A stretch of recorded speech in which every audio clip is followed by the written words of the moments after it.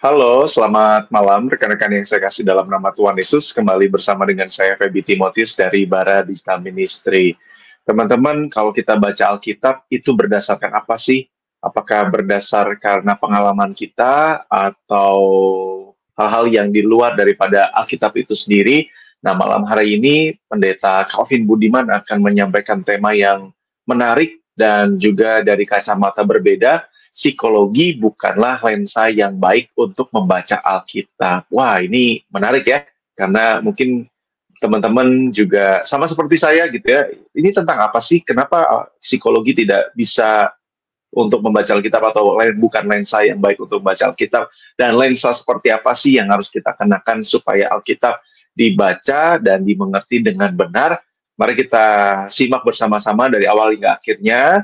Dan teman-teman juga terima kasih karena semua dukungan yang sudah dan terus diberikan kepada pelayanan bersama kita ini.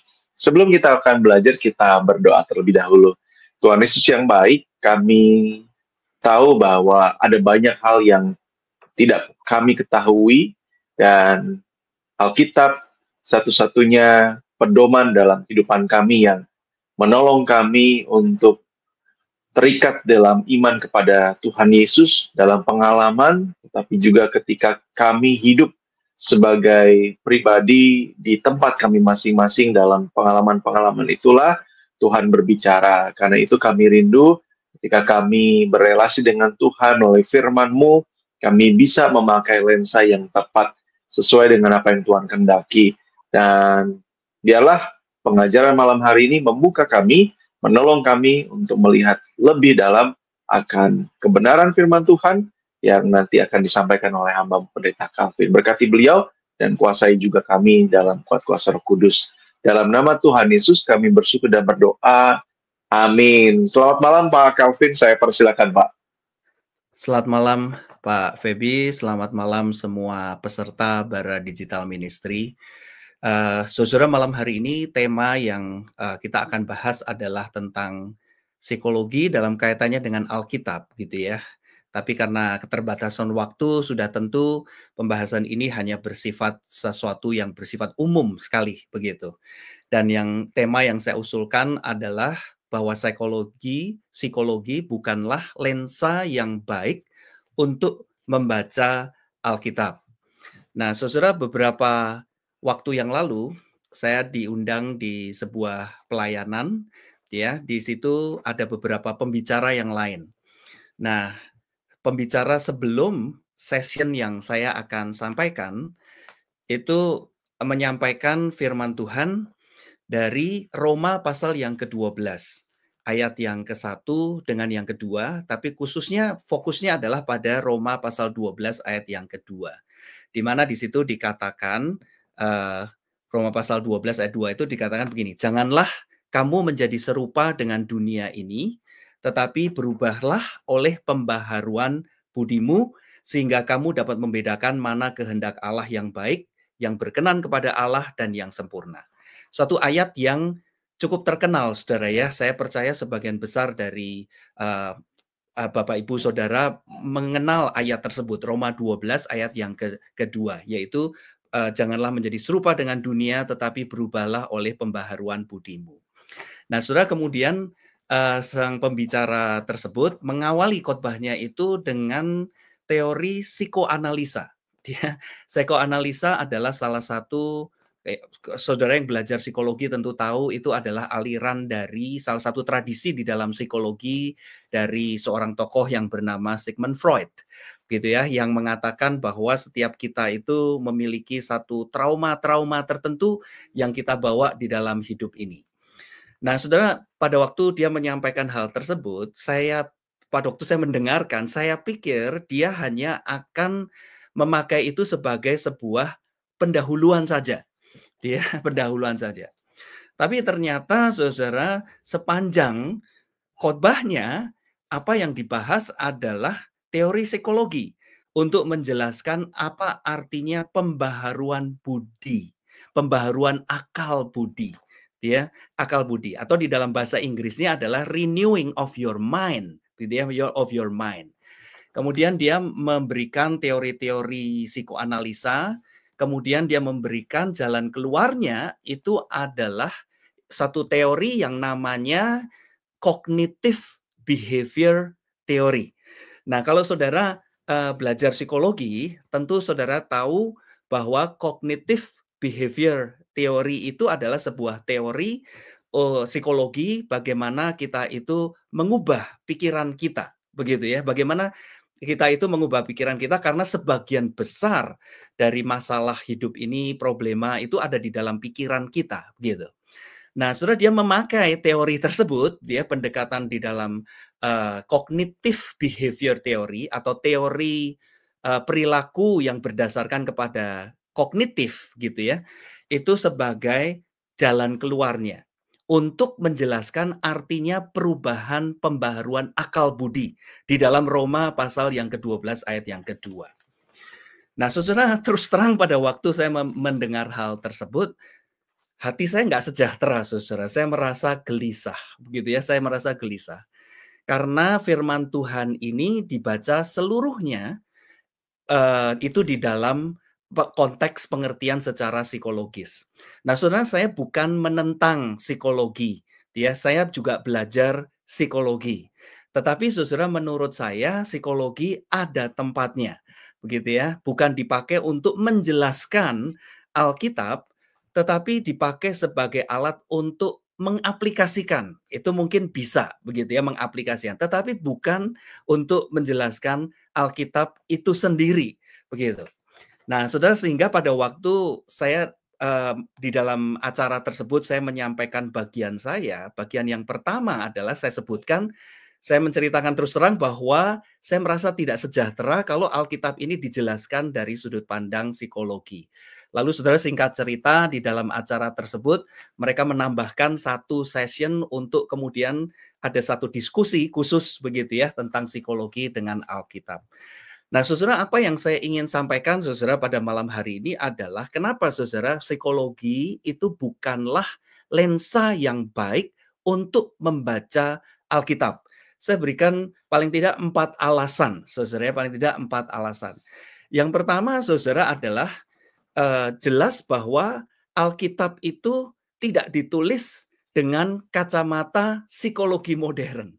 Itu sudah sesuatu hal yang sangat jelas.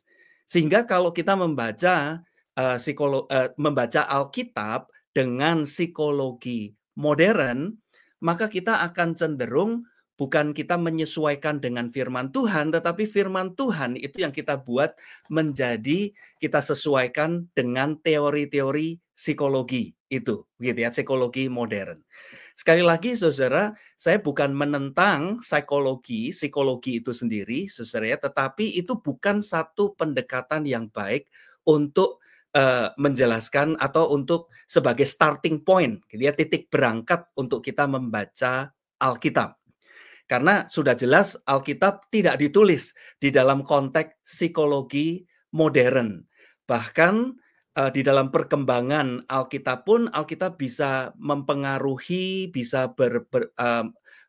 menolong banyak orang di dalam sejarah kekristenan, sejarah gereja, bukan karena teori psikologi, saudara, yang ditemukan di dalam era modern, begitu ya, tetapi justru Alkitab bisa menjadi berkembang, menjadi pesan yang menguatkan jutaan, gitu ya, orang di dalam sepanjang sejarah sebelum psikologi modern, justru karena Alkitab tidak dibaca di dalam kacamata psikologi modern.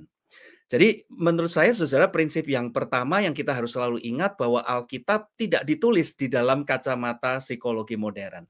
Jadi menurut saya starting point yang paling baik untuk kita membaca Alkitab adalah dari Alkitab itu sendiri.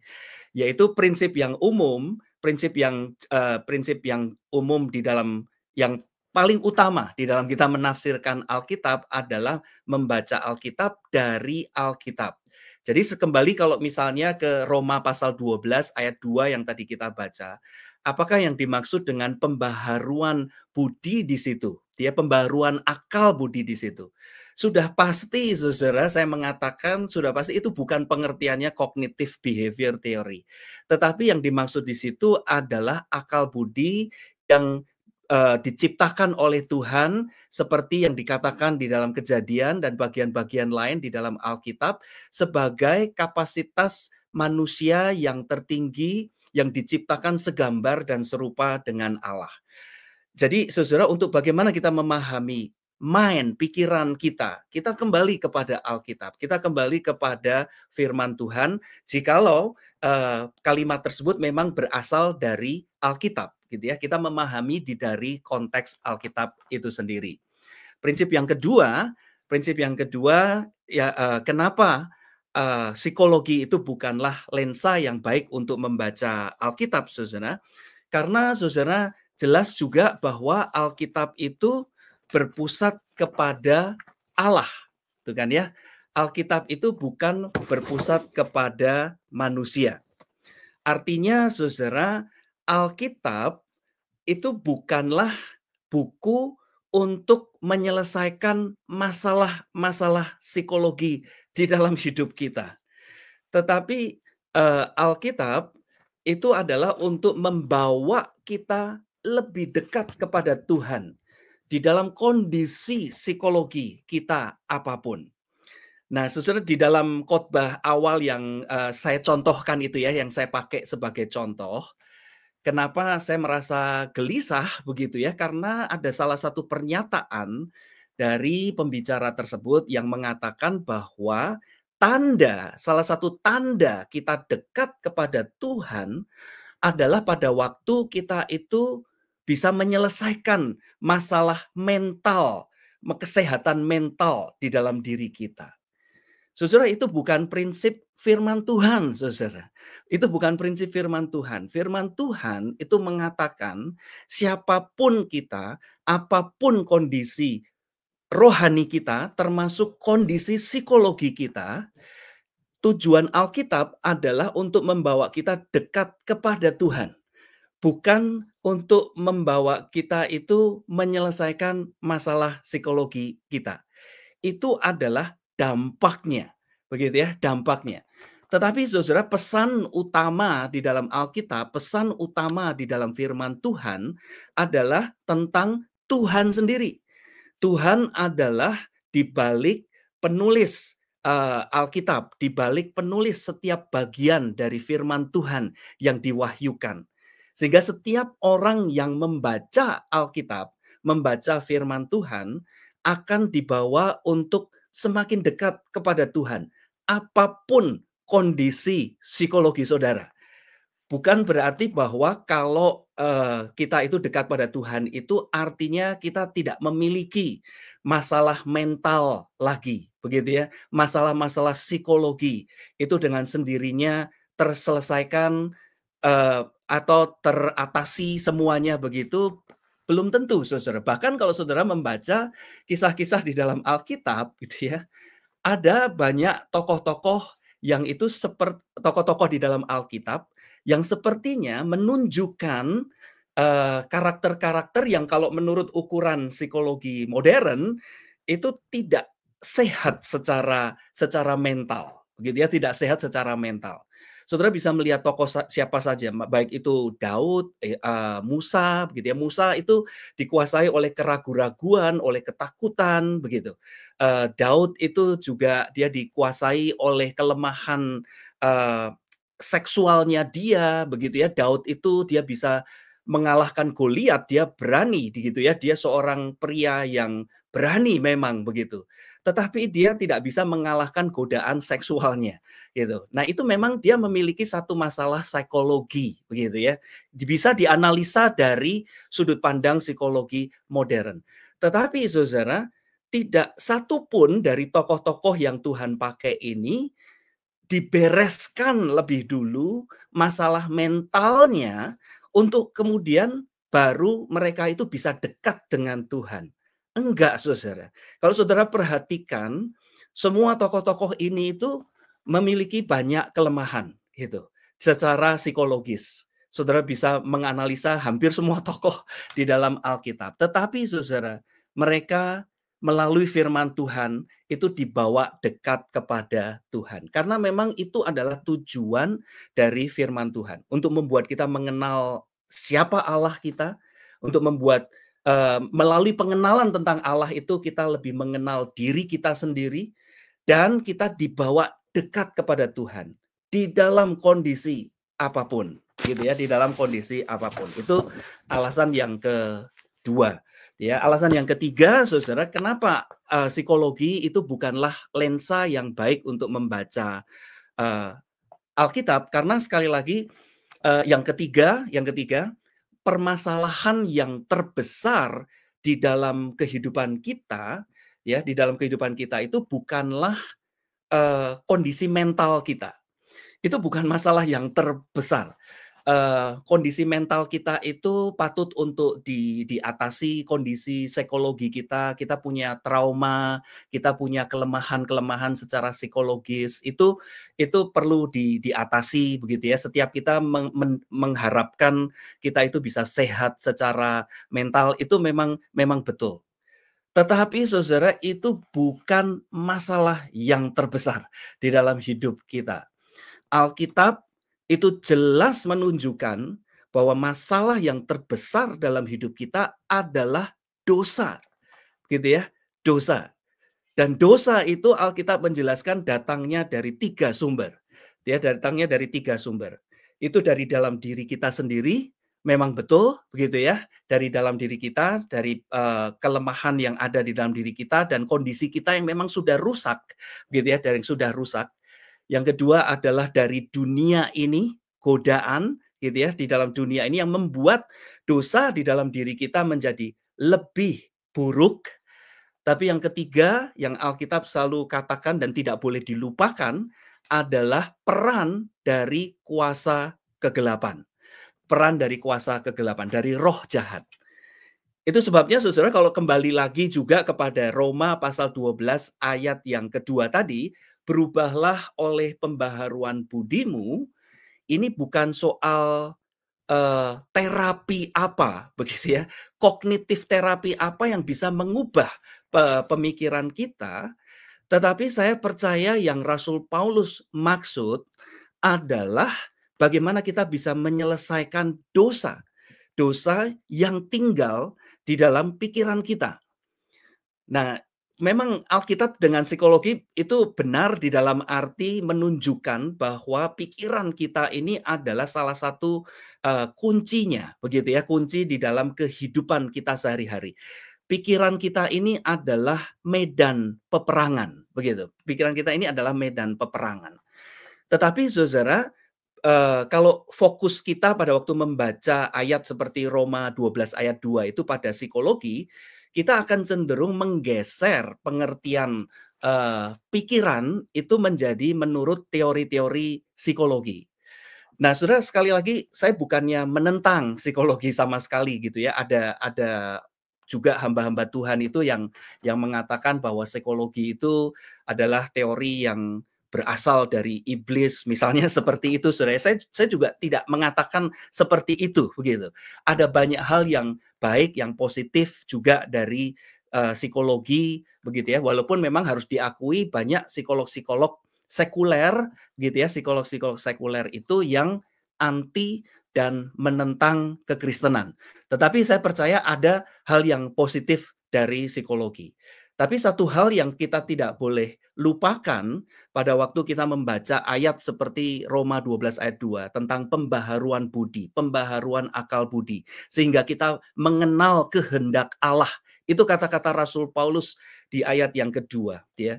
Ini bukan soal kognitif teori, begitu ya. Paulus tidak berbicara di dalam kategori tersebut sama sekali. Tetapi yang Paulus maksudkan adalah bahwa di dalam pikiran kita itu kita harus bisa berperang dengan dosa yang ada di dalam diri kita. Sehingga kembali sekali lagi apapun saudara kondisi mental kita, gitu ya, kondisi kesehatan psikologi kita percaya bahwa firman Tuhan itu bisa menolong kita. Bukan pada waktu masalah psikologi sudah diatasi baru firman Tuhan akan berbicara lebih jelas, lebih leluasa begitu ya. tetapi firman Tuhan itu bisa menolong kita di dalam kondisi psikologi kita apapun. Nah, ini berkaitan dengan poin saya yang keempat gitu ya, yang terakhir untuk malam hari ini. Poin yang keempat adalah kenapa psikologi bukan lensa yang baik untuk membaca Alkitab, karena kita percaya bahwa jika kita percaya bahwa Alkitab itu adalah firman Tuhan, saudara, firman Tuhan, maka saudara, pekerjaan Roh Kudus, pekerjaan Allah Roh Kudus melalui firman Tuhan itu bisa melampaui segala keterbatasan psikologi kita. Sehingga sekali lagi berkaitan dengan poin kedua dan sebelumnya, penyelesaian masalah psikologi itu bukan hal yang utama begitu. Tapi kita mesti percaya bahwa pada waktu kita membaca firman Tuhan itu adalah pernyataan diri Allah. 2 Timotius 3 mengatakan bahwa firman Tuhan itu adalah nafas Allah gitu ya, dan Roh Kudus itu adalah juga bagian dari Allah Tritunggal yang mewahyukan firman ini, sehingga apapun firman yang ada di dalam Alkitab, kita mesti percaya gitu ya, itu bisa melampaui segala macam kelemahan yang ada pada diri kita begitu. Jadi Roh Kudus itu bisa memakai banyak macam cara gitu ya, untuk menyampaikan kebenarannya di dalam diri kita, terlepas dari cara-cara psikologis. Psikologi saya percaya memang bisa dipakai gitu ya oleh Roh Kudus untuk menyampaikan firman-Nya dengan jelas di dalam diri kita. Tetapi saudara, sekali lagi, kalau fokus kita itu kepada metode psikologi pada waktu kita membaca Alkitab, kita cenderung melupakan bahwa kuasa Roh Kudus pada waktu dia bekerja melalui firman-Nya itu bisa melampaui segala macam keterbatasan-keterbatasan yang ada di dalam diri kita.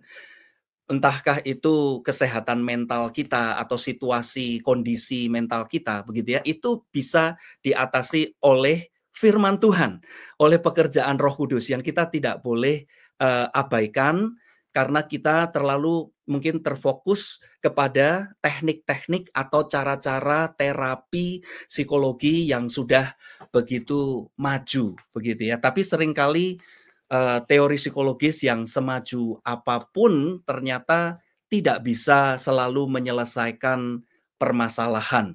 Semakin maju psikologi, dunia membuktikan semakin banyak masalah, saudara, gitu ya. Semakin banyak masalah. Tapi sebaliknya, saudara, kalau kita fokus kepada kuasa Tuhan di balik firman Tuhan, maka saudara, firman Tuhan bisa berbicara, bisa menyentuh hati kita, bisa mengubah pikiran kita, bisa membuat karakter kita berubah. Itu bukan cuma sekedar teori teologis gitu, saudara, tetapi itu adalah kuasa dari Tuhan yang sudah terbukti di dalam sejarah ini, bagaimana firman Tuhan itu mengubah kehidupan banyak orang. Ya, jadi saudara, mari saudara, malam hari ini saya ingin mengajak kita untuk berpikir sedikit, merenungkan sedikit, belajar sedikit bahwa ada pendekatan yang tidak selalu baik untuk membaca Alkitab, khususnya psikologi. Dan saya mengangkat hal ini karena cukup banyak psikologi itu sudah menjadi bagian dari pelajaran hampir di semua tempat, bahkan termasuk di seminari. Orang yang belajar Alkitab pun harus juga harus belajar psikologi sekarang. Tapi saudara, mari kita berhati-hati dengan cara-cara untuk kita membaca Alkitab, sehingga kita tidak merendahkan otoritas Alkitab, tetapi kita tetap percaya Alkitab sebagai kebenaran firman Tuhan. Demikian Pak Febi pembahasan untuk malam hari ini. Baik. Terima kasih Pak Calvin buat 4 hal ya yang bisa kita lihat bagaimana membaca Alkitab bukan dari kacamata psikologi, tapi otoritas Alkitab tetap menjadi otoritas yang paling utama. Nah Pak, kalau demikian ini menarik sebenarnya Pak, kalau bicara, saya mendengar pembahasan dari Pak Calvin, kan kalau dalam konteks di zaman sekarang tuh ada pelayanan secara khusus misalnya kepada anak muda ya, ada istilah Ya, self love lah, ada healing, ada trauma gitu ya, yang sering juga digunakan dalam konteks iya, pelayanan dan pengalaman-pengalaman orang muda atau jemaat pada umumnya. Nah, ya. ini pertanyaannya, bagaimana Pak dalam konteks pelayanan konseling atau penjelasan-penjelasan semacam ini, seseorang tetap merujuk kepada Alkitab secara konsisten tanpa terjebak atau bahkan jatuh kepada mungkin istilahnya psikologi sisasi Injil atau semacamnya, Pak. Iya. Ya, ya, terima kasih untuk pertanyaannya. Ya, pada waktu saya juga masih di seminari, kami pun juga belajar 2 macam teori, pendekatan gitu ya. Ada pendekatan secara psikologi murni, tetapi juga ada pendekatan secara integratif. Jadi artinya, bagaimana kita mengintegrasikan psikologi di dalam, konseling Alkitab gitu. Nah, saya secara pribadi, saya lebih cenderung gitu ya untuk kita sebagai gereja khususnya ya, kita sebagai gereja. Jadi kita nggak berbicara soal, psikologi di luar gereja, tentunya mereka punya banyak teori sekuler yang juga populer begitu. Tetapi di dalam konteks gereja, saya lebih cenderung untuk kita memakai pendekatan namanya biblical counseling. Jadi counseling yang sifatnya itu lebih dibangun dari Alkitab dan bukan dari, teori-teori psikologi. Artinya teori-teori psikologi itu, tetap ada perannya, tetap ada fungsinya untuk memberikan, kita, eee, pengertian-pengertian tentang karakteristik, kepribadian, personality dari orang gitu ya. Tapi kita mesti membedakan antara, psikologi dengan Alkitab, karena psikologi itu lebih cenderung sifatnya itu deskriptif, hanya menggambarkan, gitu ya. Tetapi tidak memberikan jalan keluar sebenarnya begitu. Tidak memberi sifatnya itu istilahnya adalah bukan preskriptif, hanya deskriptif, hanya menggambarkan, tetapi tidak memberikan solusinya itu seperti apa dan bagaimana. Nah, eee, Alkitab itu bukan hanya menggambarkan tentang siapa kondisi kita, tetapi memberikan, solusi juga, memberikan jalan jalan keluar kepada kita. Memberikan prinsip-prinsip kebenaran firman Tuhan yang harus kita ikuti. Jadi saya percaya di dalam, konteks untuk, masalah healing misalnya begitu ya, kita bisa memang memakai pendekatan pendekatan psikologi seperti tadi yang saya katakan, saya bukannya anti psikologi sama sekali, tetapi psikologi mesti kita tempatkan pada tempatnya. Artinya bobot yang utama itu harus tetap kepada kebenaran firman Tuhannya, pesan firman Tuhannya, bukan kepada, eee teori-teori psikologi itu sendiri, gitu. Semoga Baik, menjawab ini. baik. Ya. Iya, iya, Baik, terima kasih Pak Calvin. Jadi pendekatannya menitik beratkan pada firman Tuhan begitu ya. betul, Jadi ya, istilahnya ya, biblical sih, biblical counseling. Nah, Pak, kalau ini mungkin pertanyaan terakhir kita malam hari ini, Pak. Jadi ketika apakah ini juga Pak Calvin melihat sebagai sebuah fenomena yang umum terjadi di berbagai belahan dunia, secara khusus di gereja begitu ya, ketika apakah Pak Calvin melihat jemaat itu kadang-kadang tuh lebih suka dalam tanda kutip disembuhkan secara emosional hmm, daripada diubahkan secara rohani, Pak? hmm. Eh, Nah, itu pertanyaan pertama. Lalu pertanyaan kedua, kira-kira kalau demikian misalnya bobotnya lebih kepada kesembuhan secara emosional, nah apa dampak gereja di masa depan, Pak? Iya, iya, saya, percaya bahwa kesembuhan secara emosional itu bukan tujuannya gitu ya, tetapi itu adalah dampaknya mestinya, seharusnya begitu ya. Tapi seperti tadi yang Pak Febi katakan memang, bisa jadi orang itu seringkali hanya mengharapkan, eee, kesembuhan mental sebatas emosi saja begitu, sudah merasa cukup. Jadi kalau misalnya hidup ini sudah tenang-tenang, tidak ada kekhawatiran, sudah bisa mengatasi trauma, lalu merasa bahwa sudah selesai permasalahan hidupnya, lalu sudah merasa cukup, begitu, sudah merasa cukup. Tapi Alkitab itu menunjukkan bahwa yang lebih mendalam daripada itu adalah hubungan kita dengan Tuhan, gitu kan. Hubungan kita dengan Tuhan itu tuh yang lebih utama. Sehingga Alkitab tidak melihat bahwa kesembuhan secara emosi itu adalah tujuan, tetapi justru dampaknya. Dampaknya. Artinya kalau kita itu mau betul-betul diselesaikan dari permasalahan, kita harus cari itu adalah hubungan yang baik dengan Tuhan. Sebagai contoh, misalnya banyak orang yang menganggap bahwa di dalam pernikahan kebahagiaan itu adalah tujuannya, gitu kan ya. Kebahagiaan itu adalah menjadi tujuannya. Tapi kalau kita kembali kepada prinsip Firman Tuhan itu sebenarnya lebih dalam, karena firman Tuhan tidak mengatakan bahwa kebahagiaan di dalam pernikahan adalah tujuan.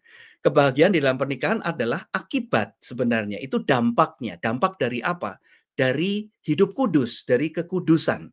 Begitu, dari kekudusan. Jadi kembali kepada relasi kita dengan Tuhan itu lebih inti, lebih utama, lebih mendalam, dan itu yang seharusnya kita cari begitu.